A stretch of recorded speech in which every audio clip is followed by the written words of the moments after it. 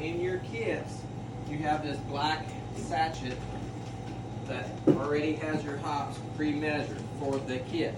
It's not the full ounce like you would buy here.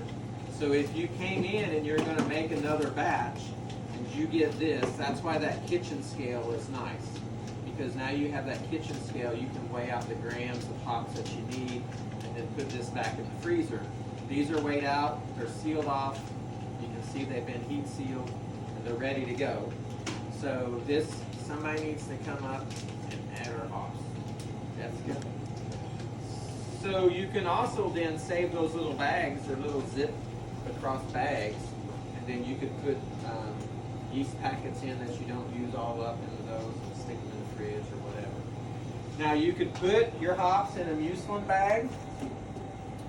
See the steam rolling? We're pretty darn close to boiling, and especially on this little burner, trying to get a kind of a gallon and a quarter to get up and rolling boil is kind of hard.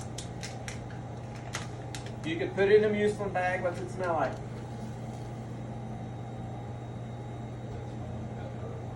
It doesn't really smell like that. It's hard to tell. It smells floral to me. So that's Willamette. And so we're just going to pour it straight in. So go for it. All right, so we're pouring our hops. Now what happened to them immediately? They dissolved. Yeah. Or broke up. Broke up, and Yeah. then they began to form this little bit. So everybody come on up here real quick. It's like a film on the top.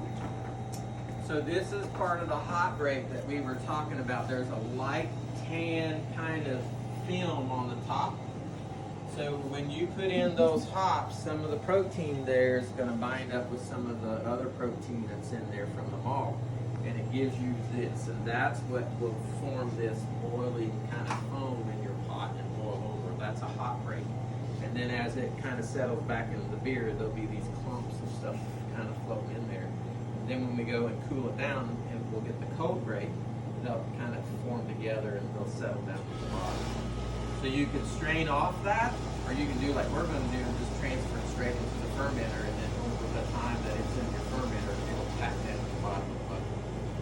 Okay? So, pellets broke up. Just pour it in and just let it Let it go. stir. You don't have to stir it at all, because normally at home, Jonathan, you're going to have a good boiling boil, and it's just going to stir up. This little thing is a little bit slow to get boiling, and for time's sake, we're just going to keep